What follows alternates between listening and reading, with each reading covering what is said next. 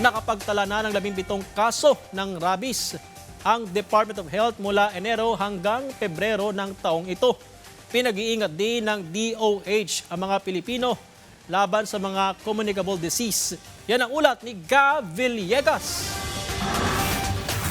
Nanawagan ng Department of Health na huwag baliwalain ang panganib na dala ng rabies. Kasunod ng pinakauling tala ng DOH mula January 4 hanggang February 21 na may 17 kaso na ng rabies ang naitala. Nasa 65% na mas mababa ito kumpara sa 49 na kasong naitala sa parehong panahon noong 2025. Halos pantay ang kaso mula sa alaga o domestic pets at galang hayop o stray animals at 13 o 76% naman ng kabuang kaso ay mula sa hindi nabakunahang hayop.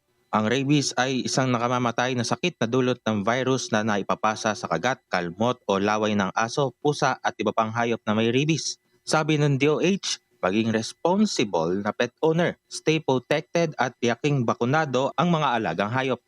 70% naman ng pagkamatay sa Pilipinas dulot ng non-communicable diseases gaya ng hypertension, diabetes at cancer. Kaya naman sa darating na March 10 hanggang May 31, magkakaroon ng ika-4 na mobile phone survey ang Department of Health para mangalap ng datos tungkol sa mga dahilan ng pagkakaroon ng NCDs. Makatatanggap ng text message ang publiko kung saan tatanungin ang inyong demographics, bisyo, status ng mental health, kinakaing gulay at prutas at iba pa. Ang inyong kasagutan ay magiging gabay ng DOH sa pagsasagawa ng mga polisiya at programang evidence-based para matugunan ang problema ng bansa pagdating sa mga kaso ng NCDs.